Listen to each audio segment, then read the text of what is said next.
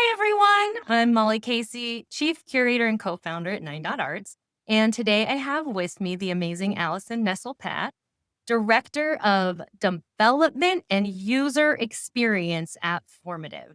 Alison, I'm so happy to have you on the show. Thank you for joining. Thanks for having me. Yeah, absolutely. Well, we have a lot to dig into. You do so many amazing things. So let's just kick it off with telling us a little bit about yourself and your role at Formativ. Sure. My role here at Formative is to help the development team get our projects from concept to open. No big deal. So, Easy. there's a couple of us. This is not a one-man band. I don't think development can be, as you know. Um, but then the other area that I really focus in on is that second part of my title, I guess, which is user experience. And we at Formative care a lot about the user experience.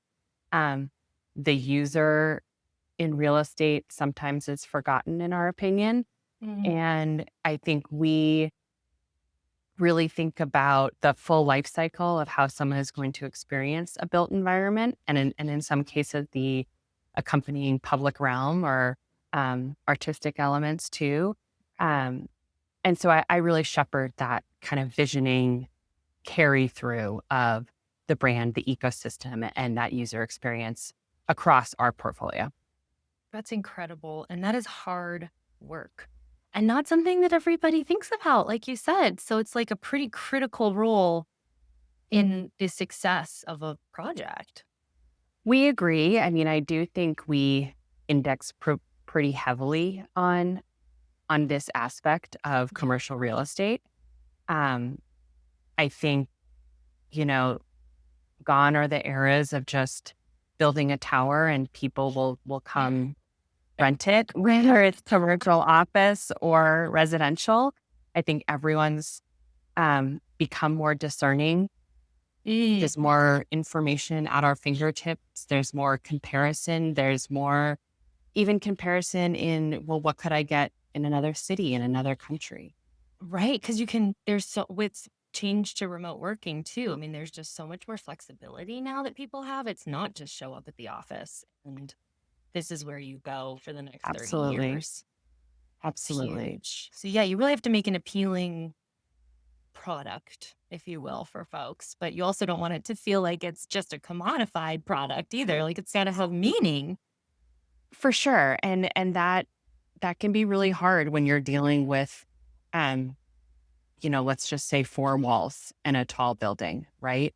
Um, but we really see our stakeholders, if you will, Mhm. at the end of the project as the folks that are going to inhabit that building. And whether people care to acknowledge the importance of it or not, um, I do think, that first impression, that feeling that Yeah. people get when they enter a space, and we've all had it, we've had it at a restaurant, we've had it at a hotel, we've had it at a museum, and we've probably had it maybe more subconsciously in like an office setting or in an apartment setting. Um, but you do hear it, and we really think that feeling, that emotive response that you get is ultimately what will set our projects apart from others. Yeah. 100%. I love that you said too, it's a subconscious feeling because I've always tried to explain why art is such a critical part of Yes. experience. And I always say, it's something that you might not even know, but it's something that you like subconsciously know is right or wrong about a space. Like you might go somewhere and if it is so sterile because there is no art or no color or there isn't that feeling, you might feel terrible and you don't know why. And you can't articulate it. And I think that's true for renters in the multifamily space. I think it's certainly true for home buyers, right? Oh, Um, 100%. You know it when you walk in the door. correct. And I think it's true for commercial tenants as well, meaning those that are occupying office space or even retailers. And they probably don't ever verbalize that as a reason why they chose not to be in that space and chose to be somewhere else. The easy answer is the deal was better, the price was better, Right. the location was better. But I think if you were to truly take the time and, allow folks to get to the fluffier side, uh, the softer side, if you will, I think a lot of it would come down to, I didn't feel a connection. It didn't have what I needed. It doesn't reflect how I live or how I work um, and all of a sudden that's user experience. That's so well said. I like that you can sum that up into something because it is so hard to articulate. It's so hard because it's Yeah. not how our brains are trained to think linearly, especially in this world. It's the deal, it's the acquisition, it's the exit, it's the ROI, it's the value. And I think the hardest part about marketing, and this has been true throughout my career, is that it's often also the hardest to track. And I know that you know this at Nine Dogs too. Um, I was gonna say, have you figured out how to measure this yet, Allison? no, I Track think it, I wouldn't be here if I did. right? No, you would not. You would not. That's amazing. Well, I would love to ask you, just like, thinking about when your team is looking at, let's say, different properties Mhm, potentially. How does experience come into that? Are you guys thinking about that early, like before you even locate and find a place? When does it start to play a role in your decision making? I think one of the things that Formative prides itself on, and I think the reason we're still small, we're only 7, uh, is that all of us in different degrees, right? Like this might be what I nerd out on more Yeah. than, you know, the guys in finance, right? But Yeah. as a whole, we all do care about this. And so I think at Formative, we are always talking about, but is that the best way for a person to live or feel or experience our buildings? We're talking about that with our capital partners. We're talking about that with our architects, of course, with our interior designers and our branding firms too. But we're trying to have like a singular song sheet for all of these projects. And to your question specifically, sometimes we're like, God, it would be so great to do this. And then, the right site or location pops up and we can make that Mm, work. In other instances, um, like our projects up at the 38th and Blake train yeah. stop that sits over there, we have had that land for quite a while and it's just like been the right time Yeah.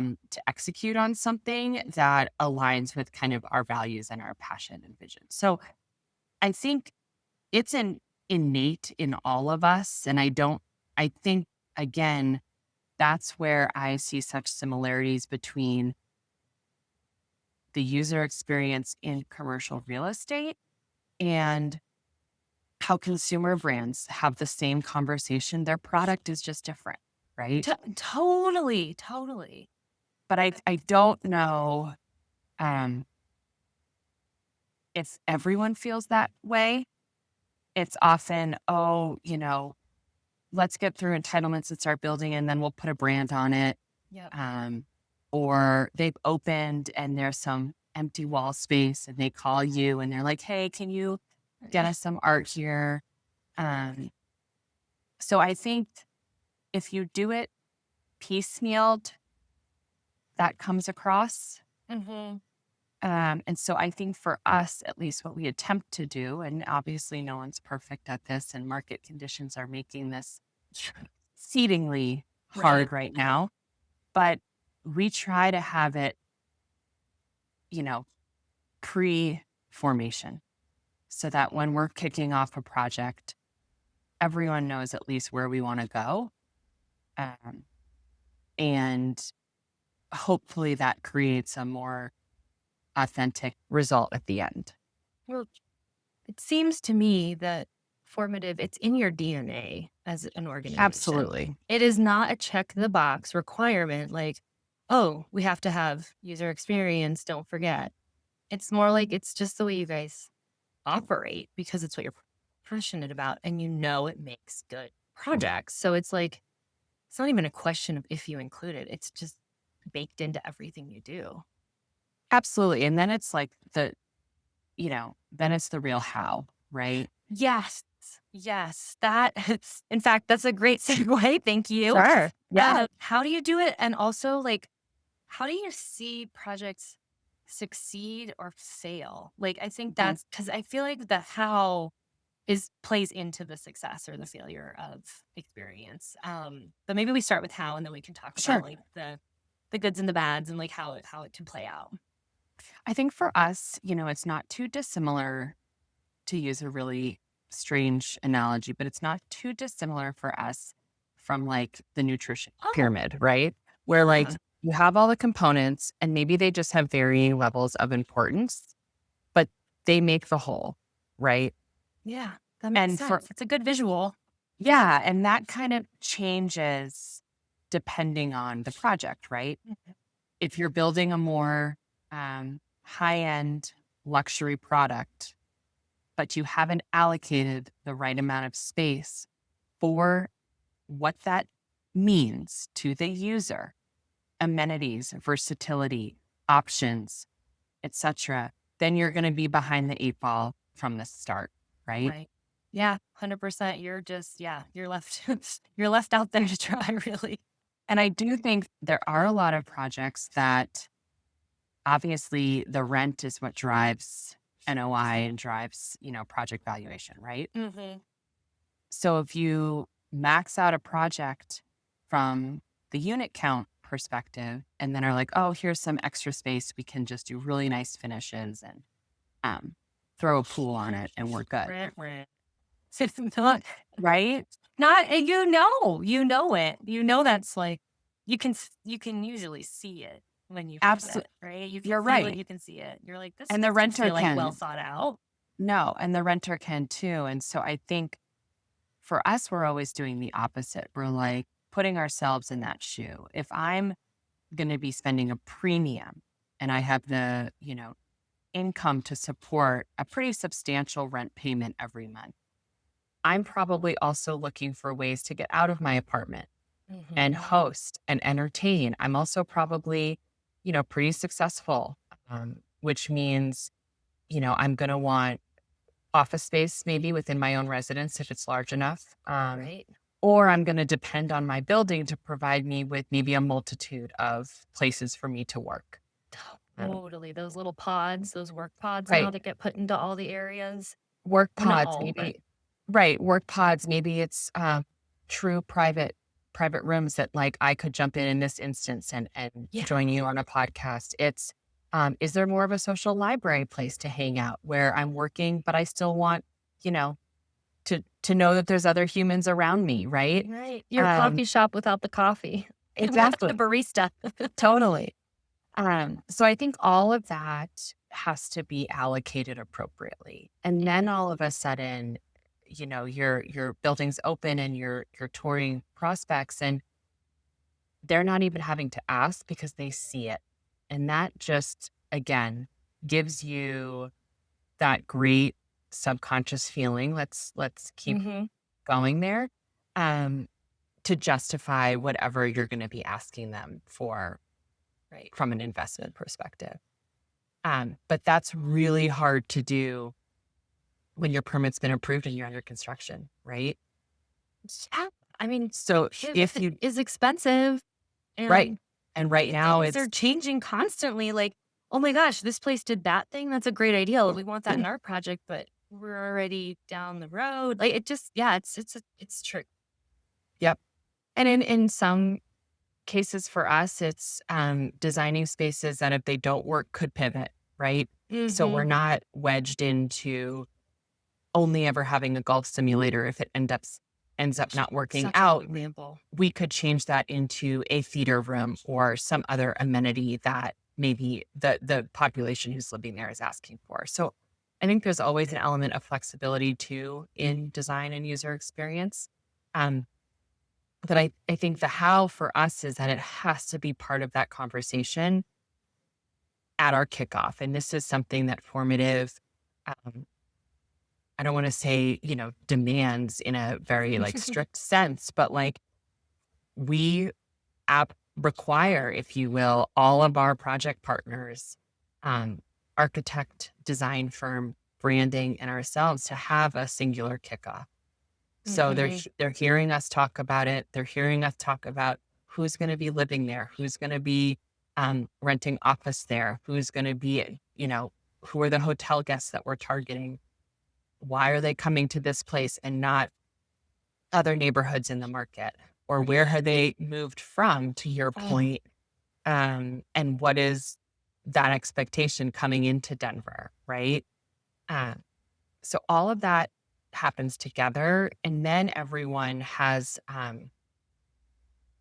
almost like a North Star to reference yeah. throughout the project. And it helps us along the way because inevitably we're going to have to make tough decisions, Mhm. especially right now, um, with costs kind of pinching truly every element of these projects. And then we can at least say, okay, but how far can we cut before we start affecting that user experience?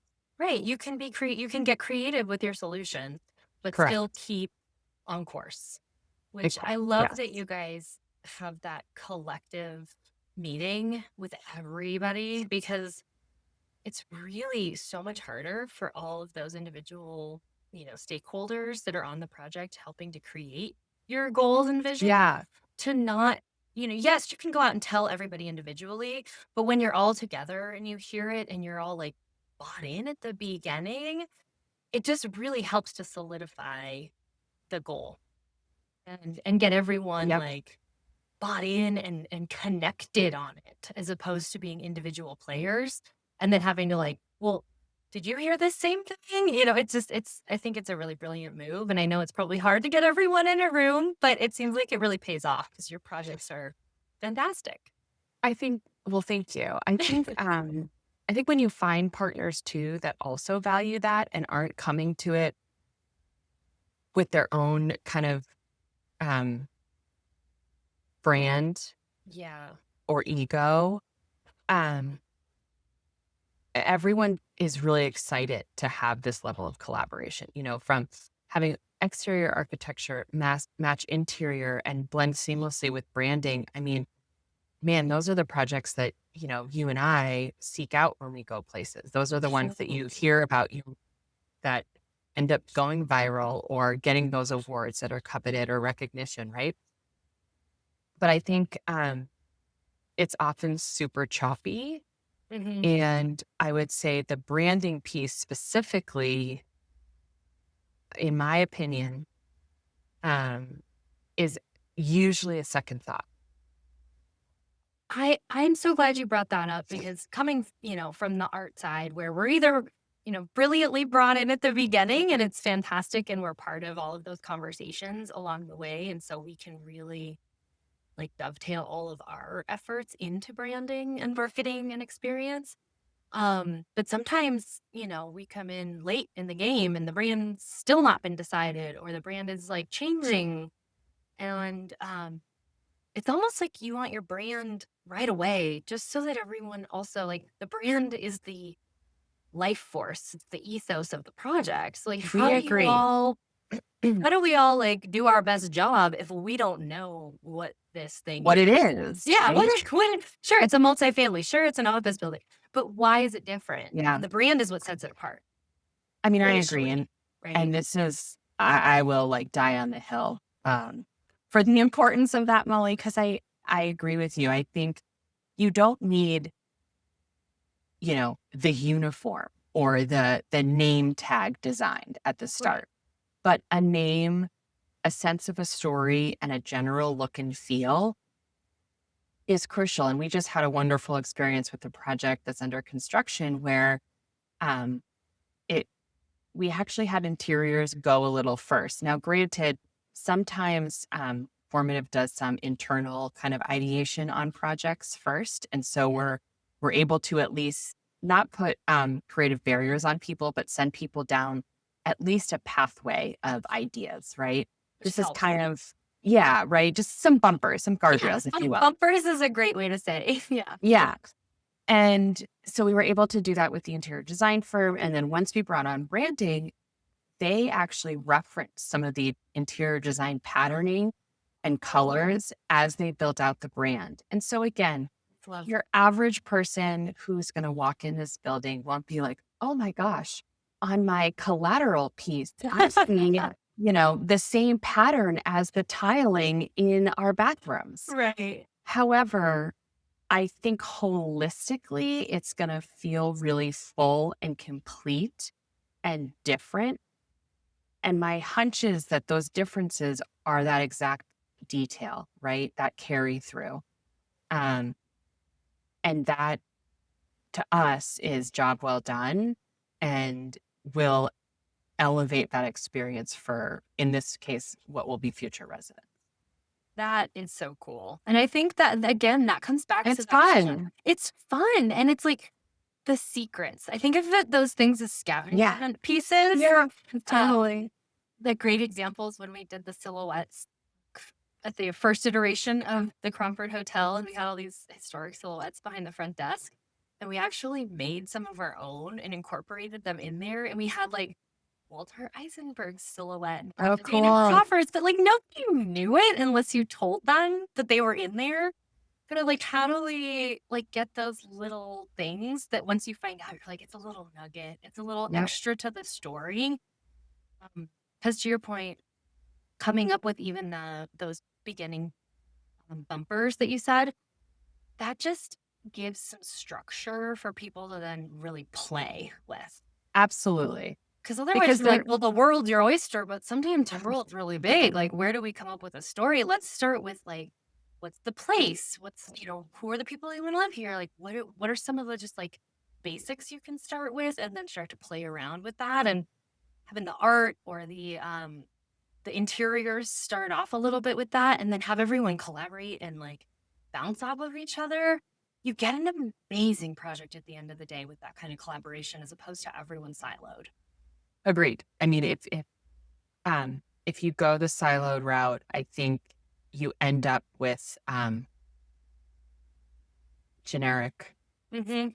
a generic product. And there's a lot of that. And not to say that there maybe isn't a place for that. Mm-hmm. But I do think today's urban dweller, let's call it, the person who's choosing to rent in, downtown markets, I think they're expecting more, and not just on the, higher upper end luxury side of the market. I think everyone is expecting a little bit more. I think office tenants are expecting a little bit more Oh now yeah, too.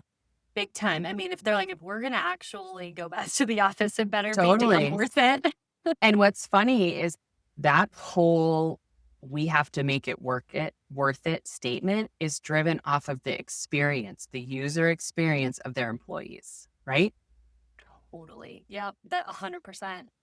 And, they're like, I've got a super cush office at my house with a great user experience that I've curated because Yeah. it's my vibe. So I give can wear me my something. sweatpants. Right. Right. But truly, I mean, they're like, give me a reason. Yeah. No, you really have to. You have to pull people into that. And I think with the amount of um, variety of offerings on multifamily on the market in any sort of major city, with that boom over the last few years of multifamily and really like changing what multifamily is, where you do have a pool and you have a special podcast room and like just the Mhm. amenities that there are now. Like, you really have to convince people that this is the place that you want to be. Absolutely. Yeah, you're right. Experience is what drives that. Yep. And I mean, I think it should also be noted that I think your property management team plays a massive role in that too. Oh, you're And so right. I think that you're touching on it a little bit, but I think multifamily, again, this is my personal opinion, sat pretty sterile and um, like, you know, uninnovated for many, many years. And Mm.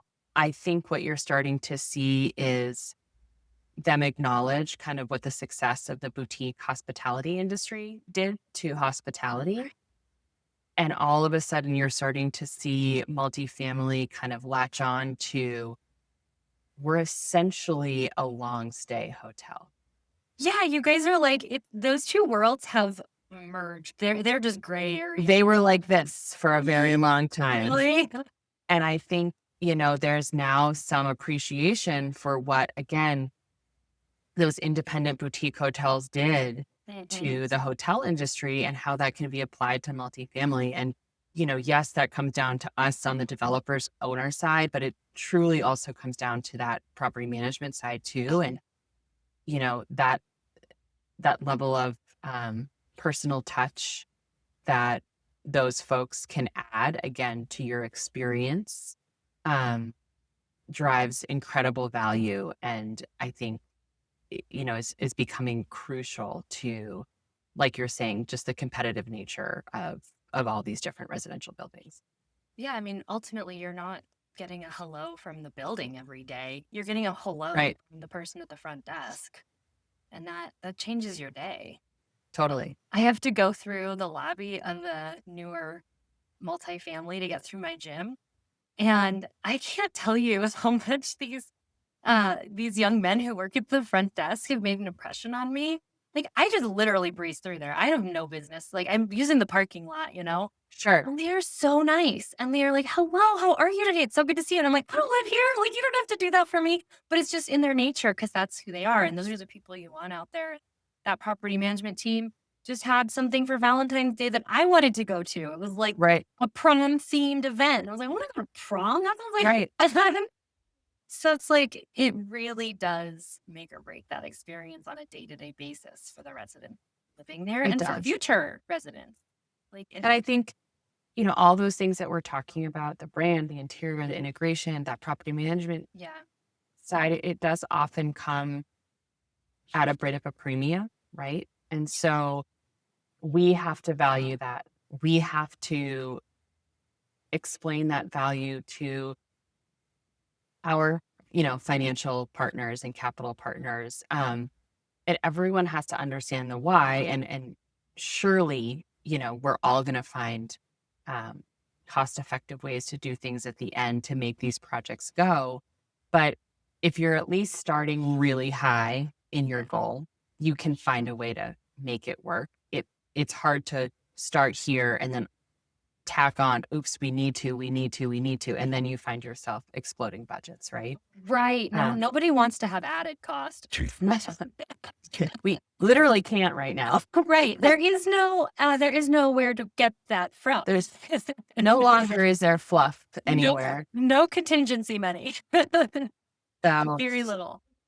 Well, one other thing that I wanted to touch on, a little bit more about formative specifically is about your community impact. Because sure.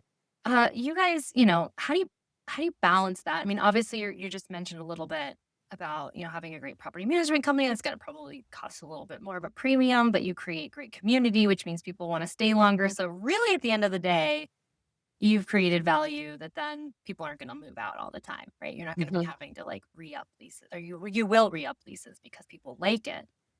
But you guys also do wonderful things like when you had that community party when you launched the big rhino sculpture slash play thing that is so freaking cool. Mhm. Um, and you invited the neighborhood to come and enjoy this thing, and it was not a like private event. It wasn't ticketed. It was like truly community building. And I just wanted to find out a little bit more about how you guys balance that in general, and like how do you bring that to your projects? Yeah, it's a great question. I mean, I think it certainly varies, right, Mhm. in scale or in application from project to project. Yeah. I think using Denargo Market, which is what you were referencing with the Rhino as the example, we acquired that land in 2019. Um, we had a very different schedule in terms of the development cycle and building vertical in 2019 than we did post COVID, Of right? course. As you might imagine. But in light of those changes, we chose, and again, with our stakeholders, to invest in all of that public realm first. Mm. That's Um, huge. That's not how people think. it is not typically how it's done, especially when, there isn't a sure bet vertical building, you know, going right at the same time. And so that was a situation where when you really zoom out of that pocket of Rhino, a lot of those existing buildings were delivered during, kind of the early boom of Mhm. multifamily, prior to any ground floor retail requirements, prior to any design guidelines. Um, and they were all kind of individual landowners that were focused on their own, sole mission. Sure. And so there aren't a lot of amenities, yet there's thousands of residents that live around Right. there, right? So much density. And it's kind of bananas that a pocket like that still existed in such a, let's call it healthy, vibrant downtown, right? Mhm. Because, for most parts of the other country, I'm from Boston originally.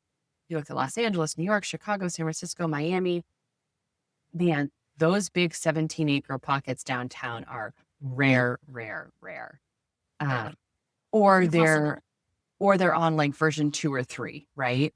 Totally. Whereas we were starting truly from dirt here. So there was no like version 1. Version 1 is Uh, dirt. yeah.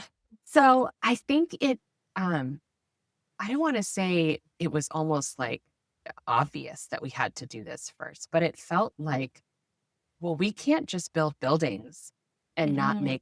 make this a place. Yeah. Make it a place, make it a destination, make it a gathering Correct. point, a community spot. For all those people who already live there, who are, in just reaching for stuff to do, to engage. Um, and that's really what drove that. And again, that was our litmus test along the way. Are we keeping to this? Are we creating spaces Mm. that are diversified, that allow this kind of gathering? And then it was a no brainer to welcome the community and kind of have this celebratory grand opening. And that's now evolved to, we've launched a second Sundays event that's kind of free Cool. for folks on Sundays, the second Sunday of every month. And, we'll be opening up this beer garden hopscotch in a couple months. And I think um, it's all just driven around people, Mm. right? And the kind of equity that gives you. Um, to then, if you build another project down the road, that energy is already there. And it's easy to then infuse that energy into whatever that retail or building experience will end up being. But Mhm. once you have those sacred spaces for gathering uh, established and the desire to engage, uh, I think the rest, I don't want to say becomes easier, but um, it provides a great blueprint for kind of what's to come. Yeah. That makes sense. And then you have the community behind you in it, supporting it, Absolutely. which is And huge. which is huge. And I think, in that case specifically at Denargo, the gratitude from the residents of like, thank you for putting in a basketball court and an actual dog park. And thank you for adding streetlights and sidewalks. And On the sidewalks, so basic. right. And so helpful. That's But I think again, it just shows that we do care. And I think that's the most important thing is that level of care can sometimes be forgotten in commercial real estate. Mm. But I think it goes a long way. That comes back to my next question, which is a little bit specific around Rhino, because it is an arts district. It became an arts district in our lifetime. It hasn't been here forever. It's one of the newest ones in Denver. Mhm. It's still growing up. It's got its ups and downs and bumps, just like all communities. But how did art influence your decision making and experience with building there? Because you guys are so embedded now, really, in Rhino. I mean, for us across the um, projects that we have, which you're right, a huge vast majority of them are in Rhino. I think we've always just been drawn to the energy there. Yeah, Um, it's good. and yeah, it is. And I think, look, the concept of an art district isn't unique to Denver. Art districts have existed for probably centuries in different forms, right? Oh, I'm But sure. at least here in the US and in major markets, they've been around for decades. Um, do they tend to follow a similar pattern of gritty start um, and evolved finish, if there ever is a finish? Sure. I'm just a firm believer that change doesn't have to be bad. Um, and I also think that for Rhino and our involvement in the neighborhood, art to us isn't just murals, Oh, right? yes, thank you. It's the creative economy. It's, you know, the varying fine arts that can exist. It's light, it's architecture, it's sound, um, it's, you know, music, right? Mhm. Look at what Mission Ballroom has done. Oh my So gosh, yeah. I think when you build in neighborhoods that have that kind of diverse, creative, artistic um, backbone, it's almost easier to pull from when you're trying to make community and you're trying to build, uh, different products along the way because Mhm. there's so much richness to engage with and support and weave into your project. Yeah, Uh, that's true. It's like right there in your backyard. It's just waiting for you to pick up and do what you want right. with it. How And you could you can't do possibly live? everything. No, Right. that'd be But, expensive and messy. right. But I think when you're in an art district, it's easy to latch on to one thing Mhm. and do that really well and um, respect your environment that you're around. Yeah. We always say that if you're a developer who um, kind of is coming from a big market and you're used to, tall, four glass sided buildings with marble lobbies, like maybe Rhino's not the right place for you, right? Probably not gonna be your Probably not. TV. So I think you have to also appreciate and have an understanding of the neighborhood in which you're going to do business. Yeah, Because that should help filter stuff out too, right? totally. Totally. Well, and you really want to honor wherever you're going. You don't want to come in and try and put Right. something new on it that just doesn't make sense. Right. Yeah. So no, that ties right back into experience, Yeah. which I love. Um, so I wanted to also just ask you a little bit Yeah. about the future.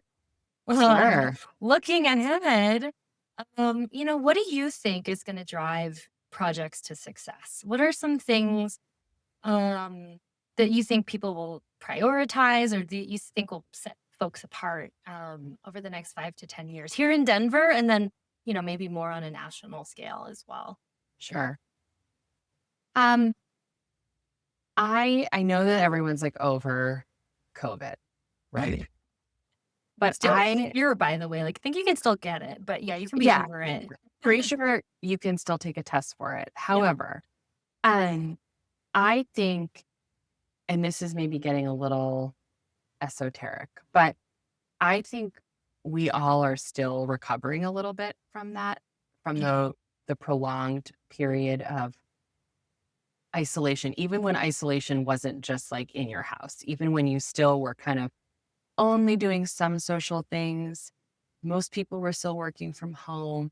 We're doing most meetings virtual. I think people are thirsty Mhm. to connect and build community. I think about this a lot. Like, gosh, my formative years in my early 20s when I had my first job out of college was like meeting a bunch of other 20-year-olds in my office, right? Like Right, that was in person. in the office. That was like such a crucial like cohort of people. Um, And I think all the time about these kids who are starting these jobs from home. And I'm like, oh my gosh, how do you truly make those connections? How do you network? How do you grow? How do you meet some of your best friends that might lead you to who knows what in life, right? Right. These And so substantial, impactful yeah, relationships. right. And I do firmly think that that level of programming in residential, uh, which I think you're also seeing in food and beverage and hotels, Mhm. um, or those kind of spaces that allow that kind of hosting and gathering. I think people want that. I think they want things to do. They want places to go to nurture that. I've got 2 young children. I know that for my husband and I, when we became parents, just hanging out with other parents who had children at the same stage to like lament or gut check. Oh my God, we're not crazy. They're going through the same thing, right? Survival skill tips. Yeah, all Yeah. those things. Like I think um, all of that is becoming really, really important. Yeah. And I think um, if you don't think about how people meet and how people come together, I think you're going to miss the boat. Mm. I love that you said connection. That's my word of the year this year because I feel like that's the thing people, like you said, they're craving it. Yeah. And maybe they don't crave going back to the office, but they crave the connection they had there. And so it's like, well, how do you balance that for folks? Right. Right. And create the spaces that they do want to be in, where then the connection is the important part, but you've given them a great space to have it in. And then if it comes easy, Yeah, totally. Because people are gonna want to use it, and want to be a part of it. That's the other side of it is like, how do you create the spaces that create that buzz in the community? right. Oh, I want to go Right. here. This place is great. I feel good here. So that's awesome, and I think you're hitting it on nail on the head there with like thinking about that so early on. And I love that that's something that Formative really prides itself on. Um, It's getting harder and harder to do with yeah, just this world we're in right now. But again, I think when you set that as the goal from the start, yeah. you're at least making decisions and sometimes hard ones along the way that doesn't sacrifice all of it. Well, that's awesome. And of course, I have to give you my favorite question of them Yeah, all. let's do it. Okay, tell me about a place or an interaction or an experience that recently reminded you of why art and culture matter. I'm going to step out of the US here for this one, though. Sweet. Last year, my husband and I both turned 40, and we took a Congrats. thank you. That was an emotional, Yeah. little psychological birthday. um, but we spent a week in Zurich and Zermatt Oh, without our children, which was very luxurious. And the last leg of the trip was in Zurich, which plug for that city is very special and incredible if you haven't been or get the chance to go. Um, but the large urban police station there has this famous, I'm going to look at his name so I don't forget it, but it's this incredible commission piece of work that they did in the early 1920s when the city was like, we need to liven up this really sterile, dingy, dark police station and make it more attractive. And so they had like a contest for local artists to submit ideas. And it was awarded to this gentleman named Giametti. And he essentially took like oranges and reds and yellows and just painted the ceilings and the vaulted areas. And it is now uplit. And it's the most incredible kind of live art installation I've ever experienced. wow. It's completely free to tour. Really? It is still the largest live operating police station in the city. Uh, The police station of all The places. police station. And the city is so proud of it, right? So cool. And there were so many elements about it that just struck us. First of all, it's free. Yeah. So you're not creating any kind of ivory tower to engage with this investment that the city made in the 1920s, right? Yeah. Um, and it's a totally found space. That's so special. And there's not enough of that.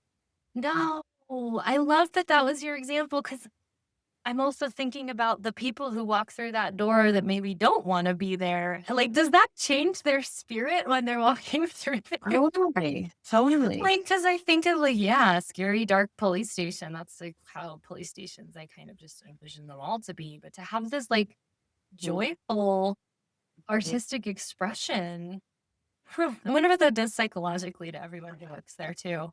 Absolutely. I mean, and Right. they're dealing with it all the time. I mean, they're dealing with us as tourists, stepping into their lobby to gawk at this gorgeous art, um, while also like being in uniform and running like very strict secure entry process. I mean, it's a very interesting dichotomy and um, one that probably doesn't work here in the US in that same application. Um, but again, I think that comes back to just the value of art and culture. And um, I think, you know, it's okay for hotels to be open to the public and the guests that are staying there. I think so should apartment buildings. Why can't Mhm. lobbies be open as a third space, a found space with art or, great design or whatever it is? And so I think like that openness and um, that appreciation for, again, the user Yeah. is i- is not always kind of realized. Yeah. Yeah, create spaces for the people who are gonna be there and create them in a way that's gonna make them feel good. Yeah. Yeah, positive. I remember it just brings back a funny story when we were working on an office lobby design like 20 years ago. And they were like, "Oh, we're getting these benches, and they're really uncomfortable because we don't want anyone to sit in the lobby." Mhm. Mm. And to think that that has done a complete 180 now, where everyone's like, "No, we want everyone in the lobby and activating, and we want them Mhm. to feel comfortable and at home." And I'm just like, I just love that that has been a shift in our Totally. mindset. And it sounds like Zurich's been doing that from the 1920s. They're like, "We want everyone, and you're gonna feel good when you come to the police station, whether you Yeah. like it or not." Right. Yeah. I agree. And to use your office lobby example, I think it's probably for maybe buildings that are looking to do renovations or rehabs. It's hard to Mhm. always weave in that intent in an already built space. Yeah. So again, it goes back to if you're doing a office and you want that lobby to feel like a living room, right? Which is the classic desire. Are you building in those intimate pockets? Are you thinking about division of space and versatile space and not just really comfortable chairs on shiny polished floors with some like great, plants? Yeah, and if Because no that's one's not gonna enough. sit that's not enough. No one's gonna sit there because it's That's still uncomfortable. right. You That's have where to you think sit of, to wait for an Uber. Like you're not going to yeah, actually sit there. I'm gonna bring my laptop down and hang out there. Right. Yeah, what's the lighting? What's the music? What's the art? What's the thing that makes me wanna spend more time there? Right. Yeah. Absolutely. Oh, that's awesome. Oh, now I really wanna go to Zurich and see this. This sounds Oh, so cool. I kind of fell in love with the city. It's a pretty spectacular place.